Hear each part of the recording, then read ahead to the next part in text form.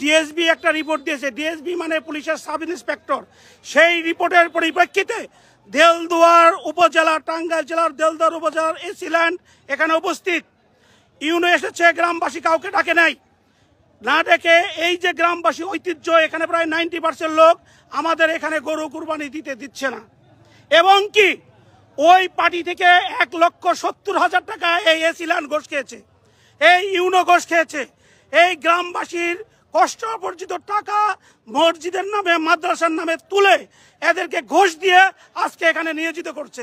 এমনি এই দেশের প্রশাসনিক অবস্থা ভালো না, কিন্তু আমি আপনাদের সামনে দেলদুয়ার উপজেলার ইউনোর ঘোষ খাওয়া, এসিল্যান্ডের ঘোষ খাওয়ার কৃতি আজকে ঈদের দিনে লাইভে তুলে ধরলাম।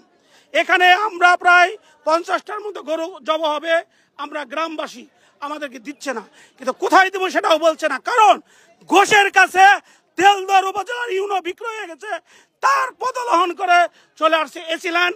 আমি ব্যক্তিগতভাবে তাদেরকে জিজ্ঞেস করছি, আপনারা কোন পরিপ্রেক্ষিতে আসছেন?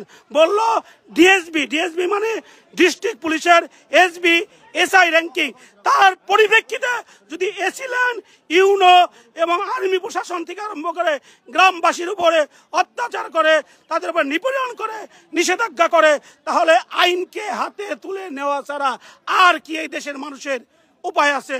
সেই পুষ্ট রেখেই পবিত্র সকলের জীবন শুভ হোক, সুন্দর হোক, সেই শুভকামনা করছি। ধন্যবাদ।